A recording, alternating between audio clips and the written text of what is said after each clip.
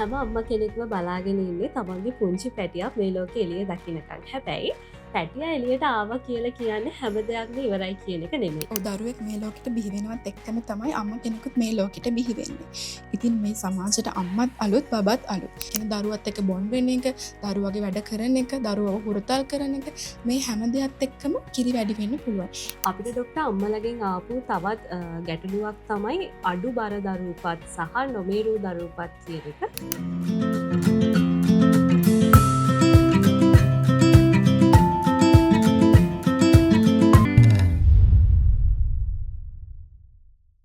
හැම අම්ම කෙනෙක්ව බලාගෙන ඉන්නේ තමන්ගේ පුංචි පැටියක් මේ ලෝක එළිය දකින්නකන්. හැබැයි පැටිය එළියට ආව කියලා කියන්නේ හැම දෙයක්ම ඉවරයි කියන එක නෙමෙයි. ඒක තව එක ආරම්භක අවධියක්. ඒ නිසා පුංචි පැටියා ඉපදුනාට පස්සේ මුල් මාස කිහිපය තුළදී අම්මා කෙනෙක් සැලකිලිමත් වෙන්න ඕන දේවල්, දැනගන්න ඕන දේවල් ගොඩක් තියෙනවා. ඉතින් විශේෂයෙන්ම අම්මා කෙනෙක් වෙනවා කියලා කියන්නේ ලොකු වගකීමක්. ඒකට ලොකු දැනුමක්, අවබෝධයක්, ඉවසීමක් තියෙන්න ඕනේ. ඉතින් අද දවසේ කිඩ්ස් ජොයි පොඩ්ඩන්ට හෙඩක් පොඩ්කාස්ට් එක තුළින් අපි කතා කරන්න බලාපොරොත්තුවෙන් ඉන්නේ පුංචි පැටිය මේ ලෝකෙට ආවට පස්සේ, කියන්නේ දරු ප්‍රසූතියෙන් පස්සේ අම්මා කෙනෙක් මුල් කාල සීමාවේදී මොනවද සැලකිලිමත් වෙන්න ඕන කියන කාරණය ගැන. අද සුපුරුදු පරිදි බොහෝම ආදරෙන් අපිත් එක්ක එකතු වෙනවා කන්තලේ මූලික රෝහලේ ළමා රෝග සහ පසු ප්‍රසව වාට්ටුවේ වෛද්‍ය මන්සලේ ගාල්ලගේ ඩොක්ටර්. බොහෝම ආදරෙන් ඩොක්ටර්ව අදත් පිළිගන්නවා. ඩොක්ටර් අපි මුලින්ම කතා කරලිමු දරු ප්‍රසූතියෙන් පස්සේ මුල් කාල සීමාවේදී අම්මා කෙනෙක්ට අපේක්ෂා කරන්න පුළුවන් වෙනස්කම් මොනවද කියන එක ගැන. දරුවෙක් මේ ලෝකෙට බිහිවෙනවත් එක්කම තමයි අම්ම කෙනෙකුත් මේ ලෝකෙට බිහිවෙන්නේ. ඉතින් මේ සමාජයට අම්මත් අලුත් බබත් අලුත්. ඉතින් මේ පළවෙනි සති කිහිපය තුළ අම්මට වෙහෙසකාරී බවක්, කොන්ද කැක්කුමක් දැනෙන්න පුළුවන්. ඒ වගේම තමයි ලොකිය. ඒ කියන්නේ යෝනි මාර්ගය හරහා රුධිරය වහනය වීමක් සිද්ධ වෙන්න පුළුවන්. ඩොක්ටර් දැන් ශාරීරික වෙනස්කම් මේ මුල් කාලේදී දරු ප්‍රසූතියෙන් පස්සේ සිද්ධ වෙනවා වගේම විශේෂයෙන්ම අපි කතා කරන්න ඕනේ මේ කාලේදී මානසික වශයෙන් අම්මලට ඇතිවන ආතතිමය තත්ත්වය ගැන. මොකද විශේෂයෙන්ම ડિප්‍රෙෂන් තත්ත්වයක් ඇති වෙනවා නේද දරු ප්‍රසූතියෙන් පස්සේ. ඔව් අනිවාර්යෙන්ම. මොකද දරුවෙක් මේ ලෝකෙට බිහි වෙනවත් එක්කම අම්මගේ හැඟේ හෝමෝන වල විශාල වෙනස්කමක් වෙනවා. මේකත් එක්ක අම්මගේ මූඩ් එක වෙනස් වෙන. එහෙම නැත්නම් මනෝභාවය විචලිත වෙන්න ගොඩක් ඒක බලපාන්න පුළුවන්. මේක එක අන්තයක් විදිහට අපිට පෝස්ට්පාර්ටම් ડિප්‍රෙෂන් කියන තත්ත්වය හඳුන්වන්න පුළුවන්. ඒ වගේම ඩොක්ටර් මේ අර ශාරීරික වෙනස්කම් ඇතුළත් කතා කරා සහ දරු ප්‍රසූතියකින් පස්සේ අපි අනිවාර්යෙන්ම මේ ගැන කතා කරන්න ඕනේ සාමාන්‍ය දරු ප්‍රසූතිය සහ සිසේරියන් සැත්කමේදී ඇතිවන තුවාල තත්ත්වයන් ගැන. මේ තුවාල සුව වෙන්න කොච්චර කාලයක් ගත වෙනවද? මොනවාද කරන්න පුළුවන් ප්‍රතිකාර මේ කාලේදී? ඇත්තටම නෝමල් වැජයිනල් ඩිලිවරි එක කියන්නේ සාමාන්‍යයෙන් යෝනි මාර්ගය හරහා සාමාන්‍ය දරුපතක් සිද්ධ වෙනවා නම් මේ තුවාලය හොඳ වෙන්න සති 4ක ඉඳන් 6ක දක්වා කාලයක් යනවා. ඒ වගේම සිසේරියන් සෙක්ෂන් එකකින් සිදුවෙන තුවාලයක් හොඳ වෙන්න නම් සාමාන්‍යයෙන් සති 6 ඉඳන් 8ක දක්වා කාලයක් යනවා.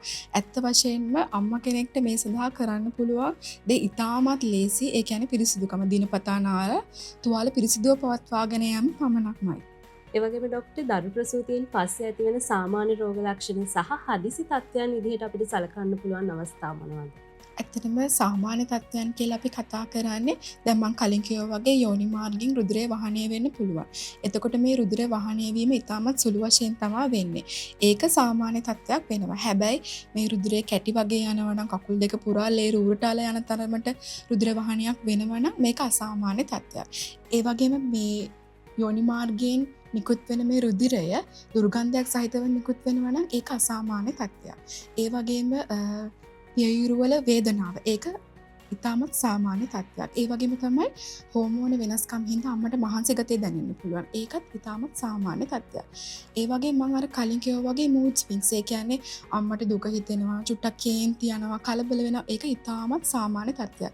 මේක ක්‍රමක්‍රමයෙන් සාමාන්‍ය අතරපත් වෙනවා. හැබැයි අම්මට හිතෙනවා නම් තමන්ගේ ජීවිතේ එපා වෙලා වගේ, අම්මට හිතෙනවා නම් මගේ ජීවිතේ නැති කර ගන්න ඕනේ, මට බබාව එපා වෙලා, ඒ වගේ තත්ත්වයන් තියෙනවා නම් අනිවාර්යෙන් වෛද්‍ය ප්‍රතිකාරවලට යොමු වෙන්න ඕනේ. ඊට අමතරව අම්මට දැනෙනවා නම් තුවාල වේදනාවක් නෙමෙයි, බඩේ වේදනාවක් දැනෙනවා නම්, උණ තත්ත්වයක් එනවා නම් අනිවාර්යෙන්ම වෛද්‍ය ප්‍රතිකාර ගන්න ඕනේ. විශේෂයෙන්ම ඩොක්ටර් අපි කතා කරන්න ඕන දෙයක් තමයි මේ දරු ප්‍රසූතියෙන් පස්සේ මුල් කාලේදී අම්මල මුණ දෙන විශාලම අභියෝගයක් තමයි මේ මව් කිරි දීම කියලා කියන්නේ. මේ කාලේදී මව් කිරි දීමේදී ඇති වෙන අභියෝගයන් මොනවද ඩොක්ටර්? මං කලින් කිව්වා වගේ දරුවෙක් ඉපදුනාට පස්සේ තමයි අම්මා කෙනෙකුත් ඉපදෙන්නේ. එතකොට අම්මා පළවෙනි දරු ප්‍රසූතිය නම් අම්මා කොහොමත් කලින් දන්නේ නැහැ බබෙක්ට කිරි දෙන විදිය. ඒ කියන්නේ බබාව කොහොමද ඇඟට ලං කරගන්නේ, බබාට කොහොමද තනපොඩුවෙන් කිරි දෙන්නේ. මේ දේවල් අම්මා කෙනෙක් කලින් දන්නේ නැහැ. ඉතින් මේ කිරි දෙන ආකාරයේ නොදැනුවත්කම ලොකුම ප්‍රශ්නයක් වෙනවා. ඊළඟ අභියෝගය තමයි මේ කිරි ප්‍රමාණය ප්‍රමාණවත් නොවීම. අනිත් එක තමයි ක්‍රැක් නිපල්ස්. එහෙමත් නැත්නම් තනපුඩුව පිපිරීමකට ලක්වීම. ඒක ගොඩක්ම ඇති වෙන්නේ දරුවාට නිවැරදි නොවන ආකාරයකට කිරි ලබා දීම. ඒ කියන්නේ තනපුඩුව විතරක් බබාට උරන්න දුන්නම තමයි ඒ වගේ තත්ත්වයක් නැති වෙන්නේ. ඒක ඉතාමත් වේදනාකාරී තත්ත්වයක්. ඒක විශාල අභියෝගයක් වෙනවා අම්මා කෙනෙක්ට. ඒ වගේම තමයි බ්‍රෙස්ට් එන්ගෝජ්මන්ට්. ඒ කියන්නේ කිරි නාල තුල කිරි කැටි හැදීම. ඒක ඉතාමත් වේදනාකාරී තත්ත්වයක්. ඒ වගේම තමයි ෆැමිලි ප්‍රෙෂර් එක. ඒ කියන්නේ මං කලින් කිව්වා වගේ අම්මා තලුත් නේ. එතකොට අම්මා කරන හැමදේම තමන්ගේ ෆැමිලි එක, තමන්ගේ එන්වයරන්මන්ට් එක හැමෝම ජජ් කරන්න ගන්නවා.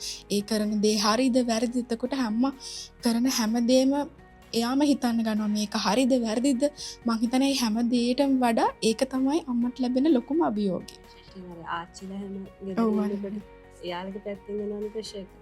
හරි ඩොක්ටර් එතකොට මේ ඩොක්ටර් මතක් කරාර කිරි දෙද්දී ඇතිවෙන අභියෝගات එක්ක මේක කිරි කැටිවීම කිරි තදවීම කියන ප්‍රශ්නය අපෙන් ගොඩක් අම්මලට තියෙනවා කියලා අපිට ඔවුන්ගේ ගැටලු ඉදිරිපත් කරද්දි කිව්වා. ඒ නිසා අපි මේ ගැන ටිකක් කතා කරමු. මොකක්ද මේ කිරි කැටිවීම කිරි තදවීම කියලා කියන්නේ? මේ තත්ත්වය අපිට වළක්ව ගන්න පුළුවන්ද? අවම කරගන්න පුළුවන්ද?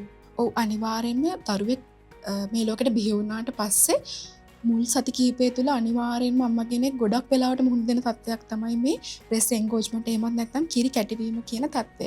එතකොට මේකෙදි සිද්ධ වෙන්නේ මේ කිරි නාල තුල කිරි එකතු වීමෙන් කැටි සැදීම තමයි වෙන්නේ. හේතුව තමයි ගොඩක් වෙලාවට අම්මට හරියට තේරෙන්නේ නැහැ බබාට කොහොමද කිරි දෙන්න ඕනි කියලා. සමහරක් වෙලාවට බබා බොන ප්‍රමාණයට වඩා වැඩිපුර ප්‍රමාණයක් කිරි නිෂ්පාදනයේ හින්දාම බ්‍රෙස්ට් එක ඇතුලේ මේ කිරි ටික එකතු වෙන්න පුළුවන්. එතකොට මේකට කරන්න පුළුවන් ලොකුම දේ තමයි බබාට කියන්නේ කුසගින්න වෙලාවට බබාට කිරි උරන්න ලබා දීම තමයි කරන්න ඕන ලොකුම දේ. එතකොට ඩොක්ටර් මේ කිරි සැපයුම අම්මලට වැඩි කරගන්න පුළුවන් කොහොමද? මොකද සාමාන්‍යයෙන් කියනවානේ මේ කිරි වැඩෙන ආහාර එහෙම ගන්න ඕන වගේ දේවල් අපිට වැඩිහිටියෝ කියනවා ඇහෙනවා. මේ කාලෙදි කිරි සැපයුම වැඩි කරගන්න මොනවද කරන්න පුළුවන් අම්මලට?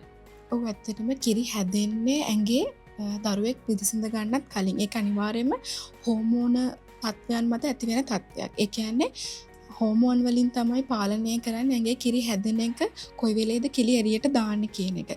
එතකොට දරුවා කිරි උරන්න අම්මට දරුවත් එක්ක තියෙන බොන්ඩ් එක වැඩි වෙන්න අම්මා ගැන හිතන්න වැඩි වෙන්න තමයි මේ හෝමෝන නිෂ්පාදනය වැඩි වෙලා ඇඟේ කිරි හැදෙන එක වැඩි වෙන්නේ.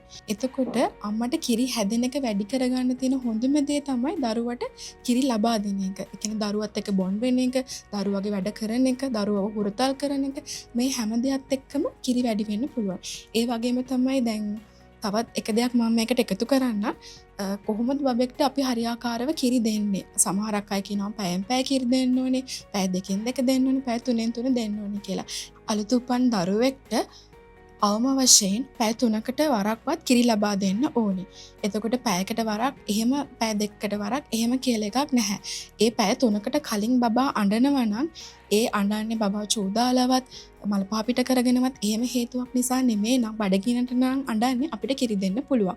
එතකොට තව වැදගත් දෙයක් තමයි ඒ කිරි දෙන වෙලාවට බබාගේ බඩ පිරෙන්න විනාඩි 20ක් 30ක් අතර කාලයක් අනිවාර්යෙන්ම කිරි ලබා දිය යුතු වෙනවා. ඩොක්ටර් මට මේක අහන්න හිතුණා මේ දැන් සාමාන්‍යයෙන් දරුවා එක දිගට අඬනවා නම් මේ ගෙදර ඉන්න වැඩිහිටියෝ එහෙම කියනවා මේ කිරි ටිකක් දීලා බලන්න හරියයි කියලා. ඇත්තටම බබා අඬන හැම වෙලාවෙම කිරි දෙන එක කරන්න ඕන දෙයක්. ඇත්තටම හැම වෙලාවෙම අඬද්දී බබාට කිරි දෙන්න ඕනේ නැහැ. අපි දැන් සාමාන්‍යයෙන් බබාට කිරි ලබා දීමේදී අපේ කිරි අම්මගෙන් බබා කිරි බොන්න පටන් ගත්තම තියෙන සංයුතිය නෙමෙයි කිරි අග හරියට යද්දි තියෙන්නේ. එතකොට මුල් හරියේදී තියෙන්නේ ගොඩක් කිරිවල වතුර ප්‍රමාණය වැඩි. අග හරිය තමයි පෝෂණ පදාර්ථ ප්‍රමාණය වැඩි වෙලා තියෙන්නේ. එතකොට අඬන හැම වෙලේම බබාට කිරි දෙද්දී අපි අර පෝෂණ පදාර්ථ ප්‍රමාණය අඩු කිරි ටිකෙන් තමයි බබාගේ බඩ පිරෙන්නේ. එතකොට බබාගේ බර අඩුවීමට ඒක බලපාන්න පුළුවන්. අපිට ඩොක්ට අම්මලගෙන් ආපු තවත් ගැටලුවක් තමයි අඩු බර දරූපත් සහ නොමේරූ දරූපත් කියන එක. ඇතන මොකක්ද ඩොක්ට මේ අඩු බර දරූපත් සහ නොමේරූ දරූපත් කියලා කියන්නේ. ඔව් ඇත්තටම අඩුබර දරුපත් කියලා කියන්නේ දරුවගේ උපත් බර කිලෝග්‍රෑම් 2.5ට වඩා අඩුවෙන් සිදුවන දරුපත් වලට.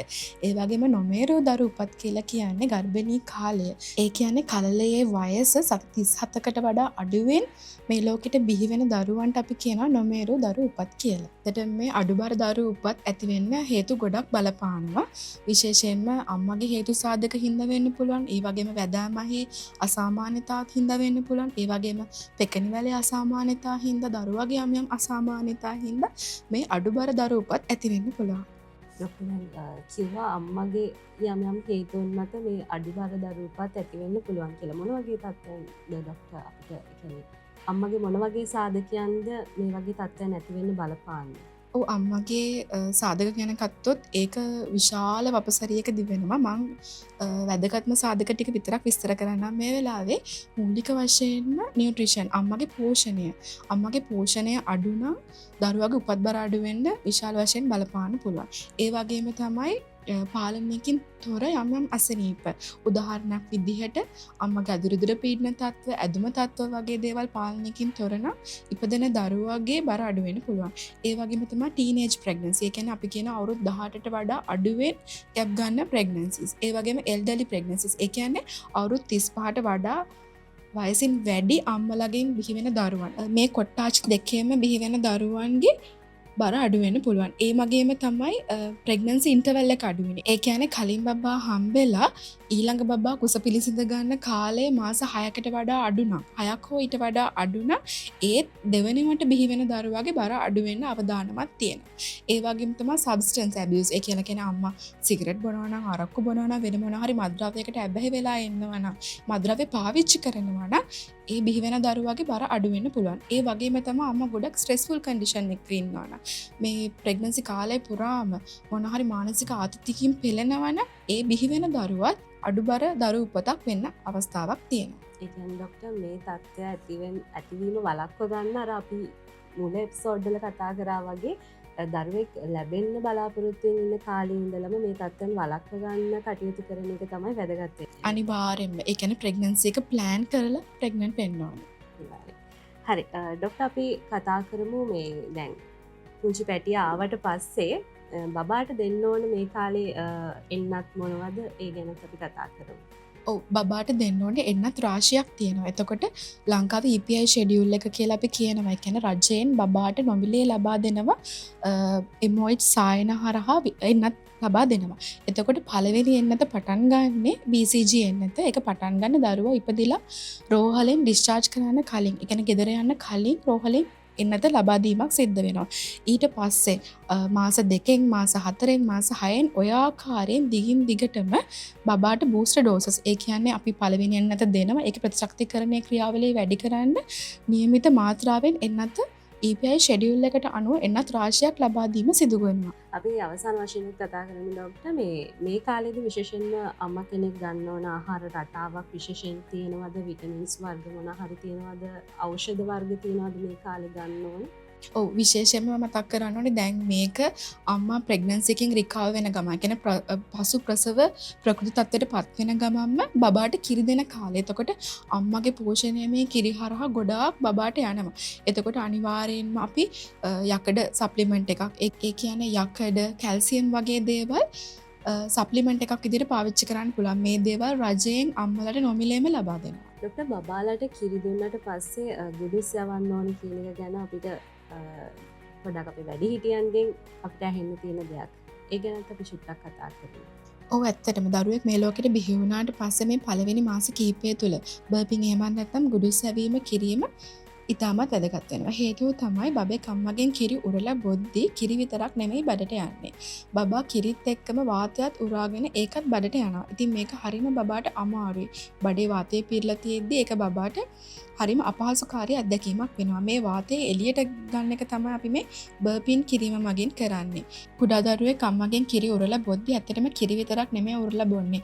බබාට නොදැනුවත්වම වාතය ටිකකුත් පැවෙනවා. ඉතින් මේ වාතය බබාගේ බඩ ඇතුලේ තියෙද්දි බබාට හරිම අමාරුයි.